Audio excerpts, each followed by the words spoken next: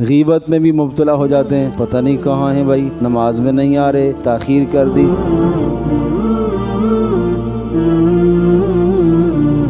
ایک بات تو یہاں یہ سمجھ میں آئی کہ پیارے پیغمبر صلی اللہ تعالیٰ علیہ وسلم جب تک نہیں آئے صحابہ انتظار میں بیٹھے رہے۔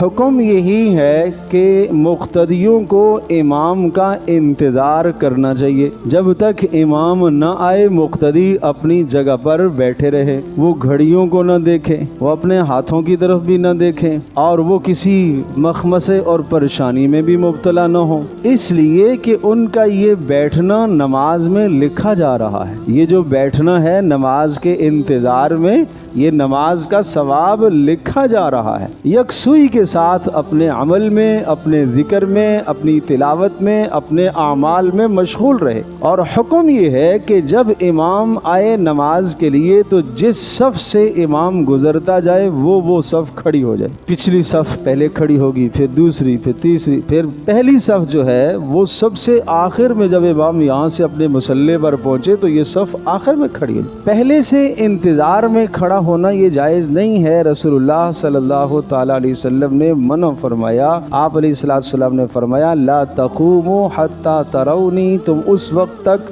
نماز کے لیے مت کھڑے ہوا کرو جب تک مجھے آتا دیکھ نہ لو۔ یہ آپ نے ادب بتایا ہے مسجد کا۔ تو کبھی کبھی یہ منظر دیکھنے میں آتا ہے کہ امام کو آنے میں تاخیر ہو گئی، تاخیر بھی ہو سکتی ہے، امام بھی انسان ہے، وضو کا کوئی حادثہ پیش آ سکتا ہے، کوئی بھی تاخیر ہو سکتی ہے۔ ایک ادھ منٹ اگر تاخیر ہو گئی ہے، آدھا منٹ تاخیر ہو گئی ہے تو ادنا تردد کے بغیر انتظار کرنا چاہیے۔ اچھا مزے کی بات، غیبت بھی نہیں کرنی چاہیے۔ تو اس موقع پر بسا اوقات بدگمانی تو کیا، غیبت میں بھی مبتلا ہو جاتے ہیں، پتہ نہیں کہاں ہیں بھائی، نماز میں نہیں آ رہے، تاخیر کر دی۔ دیکھو یہ جو وقت لکھا ہوا ہوتا ہے 1:30 بجے کا مطلب 1:30 کا مطلب یہ نہیں ہے کہ 1:30 پر ہی نماز کھڑی ہوگی۔ یہ وقت اس لیے متعین کیا جاتا ہے کہ زوال کے بعد سے ظہر کا وقت جہاں تک ختم ہوتا ہے، اس وقت میں جس وقت بھی آپ نماز ادا کریں گے نماز ادا ہو جائے گی، وہ قضا نہیں کہلائے گی۔ لیکن وہ جو وقت آج گھڑیوں کا متعین کر دیا جاتا ہے وہ مقتدیوں کی سہولت کے لیے ہوتا ہے کہ مقتدیوں کو پتہ ہو کہ اس وقت میں جماعت کھڑی ہوگی تاکہ وہ پہنچنے کا اہتمام فرمائیں۔